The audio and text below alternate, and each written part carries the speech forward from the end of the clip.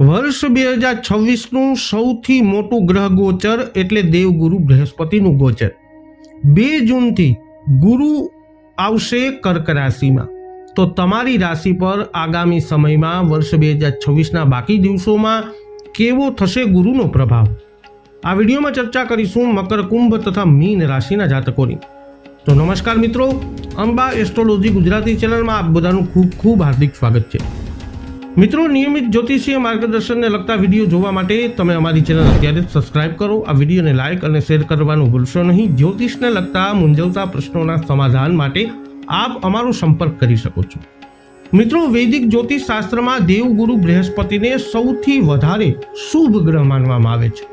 એવી માન્યતા છે કે ગુરુ પોતાની 5મી, 7મી અને 9મી દ્રષ્ટિ જે ભાવ ઉપર કરે છે એની ઉપર એમની અમૃત જેવી દ્રષ્ટિ એ ભાવના ફળમાં સારો વધારો કરી શકે છે અને શુભ ફળ આપે છે।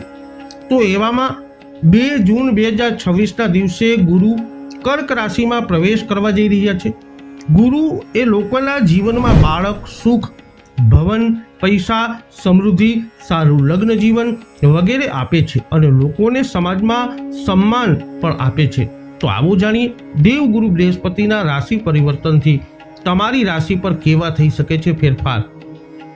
સર્વપ્રથમ ચર્ચા કરીશું જેમના નામના અક્ષરો હોય છે ખ અને જ, મકર રાશિની। તો ગુરુ એ મકર રાશિમાંથી 7મા ભાવમાં હવે ગોચર કરવા જઈ રહ્યા છે, જે તમારા માટે 3જા અને 12મા ભાવના સ્વામી છે। 2026માં 2 જૂનથી ગુરુનું આ ગોચર તમારા વૈવાહિક સંબંધો માટે સારા સમાચાર લાવી શકે છે।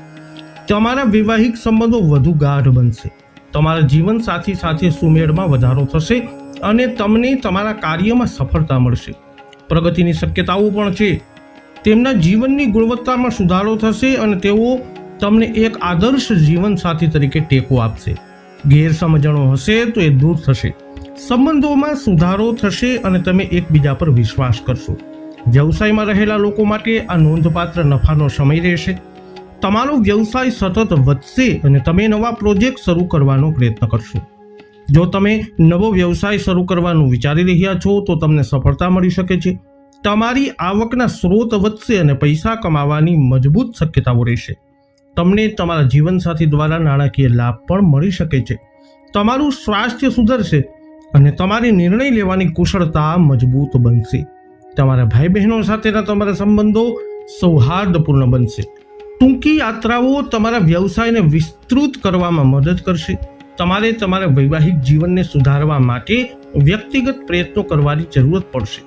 વિદેશી સ્ત્રોતોથી, વિદેશી માધ્યમો દ્વારા વ્યવસાયમાં નફો થઈ શકે છે, જેના માટે સતત પ્રયાસોની જરૂરત પડશે।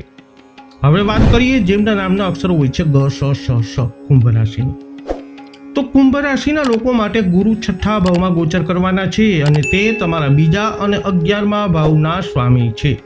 2 જૂન 2026થી ગુરુનું ગોચર તમને તમારા સ્વાસ્થ્યનું ધ્યાન રાખવા માટે આગ્રહ કરી રહ્યું છે। 6થા ભાવમાં ગુરુનું ગોચર સ્વાસ્થ્ય સમસ્યાઓમાં વધારો કરી શકે છે। તમારા ખર્ચમાં પણ વધારો થશે, જેના કારણે તમને તકલીફ થઈ શકે છે। બીજી બાજુ તમારું સ્વાસ્થ્ય નબળું રહી શકે છે, જેના માટે તમારે તેના પર વધુ ધ્યાન આપવાની જરૂરત પડશે। સારી દિનચર્યા અપનાવો અને તમારા આહાર ઉપર ધ્યાન આપો। તમારા સ્વાસ્થ્યને સુધારવા માટે નિયમિતપણે યોગનો અભ્યાસ કરો। તમારે તમારા કામમાં સફળતા મેળવવા માટે સતત પ્રયત્નો કરવાની જરૂરત પડશે।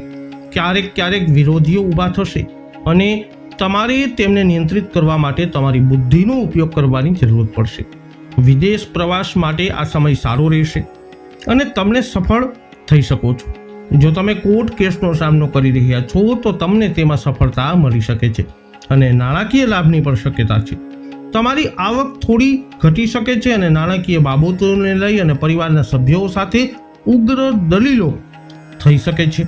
જો તમે લોન લેવાનું વિચારી રહ્યા છો તો તમે સફળ થઈ શકો છો। અંતમાં વાત કરીએ જેમના નામના અક્ષરો હોય છે દ, ચ, ઝ, થ, મીન રાશિની। તો 2 જૂન 2026થી ગુરુનું ગોચર તમારી રાશિથી 5મા ભાવમાં થવાનું છે। દેવગુરુ તમારી રાશિ એટલે કે મીન રાશિના સ્વામી છે, તે તમારા કર્મ ભાવ 10મા ભાવના પણ સ્વામી છે। ગુરુનું આ ગોચર તમારા જીવનમાં કેટલીક સકારાત્મક ઘટનાઓ લાવી શકે છે જો કે શરૂઆતમાં તમને કેટલીક મુશ્કેલીઓનો સામનો કરવો પડી શકે છે, જેમ કે તમારે નોકરી ગુમાવવાની શક્યતા છે. જો આવું થાય તો પણ ગભરાશો નહીં, કારણ કે આ તમારા પોતાના ભલા માટે થઈ રહ્યું છે. તમારી જૂની નોકરી ખોવાઈ શકે છે, કારણ કે તમને નવી સારી નોકરી મળવાની શક્યતા છે. તેથી તમારે ધીરજ રાખવાની આ સમયમાં જરૂરત છે. તમને તમારી નોકરીમાં સારો પગાર મળી શકે છે, તમારી ઈચ્છાઓ પૂર્ણ થશે. લાંબા સમયથી અટકેલી લાંબા ગાળાની યોજનાઓ હવે ફળીભૂત થવા લાગશે અને તે તમને નાણાકીય લાભ પણ આપશે. પ્રેમ સંબંધો મજબૂત બનશે. તમારા પ્રિયજન સાથેની તમારી નિકટતા વધશે અને તમારા સંબંધો પરિપક્વ થશે. વિદ્યાર્થીઓને ખૂબ મહેનત કર્યા વિના તેમના શિક્ષણનો લાભ મળશે, કારણ કે તેમની જ્ઞાન માટેની જન્મજાત ઈચ્છા તીવ્ર બનશે અને તેઓ તેમના અભ્યાસ પર ધ્યાન કેન્દ્રિત કરશે. નસીબ તમારો આ સમય અવધિમાં સાથ આપશે. બાકી રહેલા કાર્યો પૂર્ણ થશે અને તમે લાંબા પ્રવાસો પણ કરી શકો છો. તમારી નિર્ણય લેવાની ક્ષમતા મજબૂત થશે. તમે તમારા બાળકો માટે કંઈક કરવા માંગશો.